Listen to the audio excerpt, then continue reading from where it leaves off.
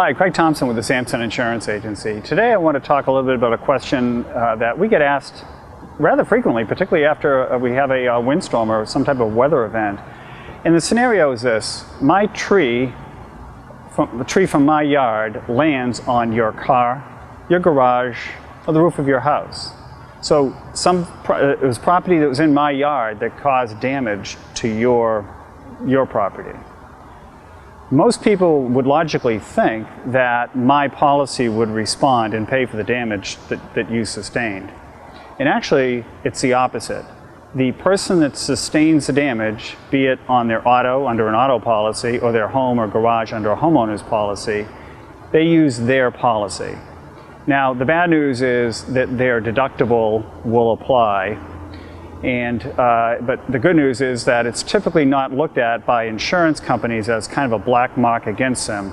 It was a fortuitous event, and they really had no control over it. So from an underwriting or just an overall profitability standpoint from the insurance company, they're in business to pay these types of claims. So that's kind of the good news. The bad news is that if people have a high deductible, let's say, or they don't have coverage, physical damage coverage on their automobile, you may be either out of pocket a lot of money, or you may have an event where there's no coverage at all.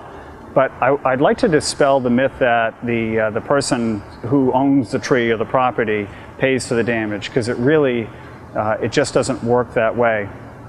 And there's just one exception to that rule, and that is that you and I are neighbors, and where you point out the fact that my tree is rotted in need of being taken down.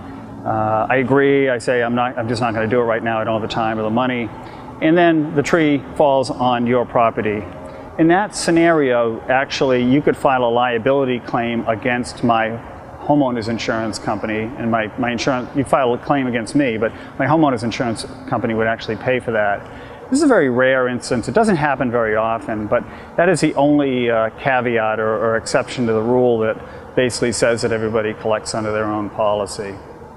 So, Craig Thompson, Thompson Insurance, thank you for watching. We hope to hear from you. We'd love to be of service to you. Check us out at www.samsonins.com.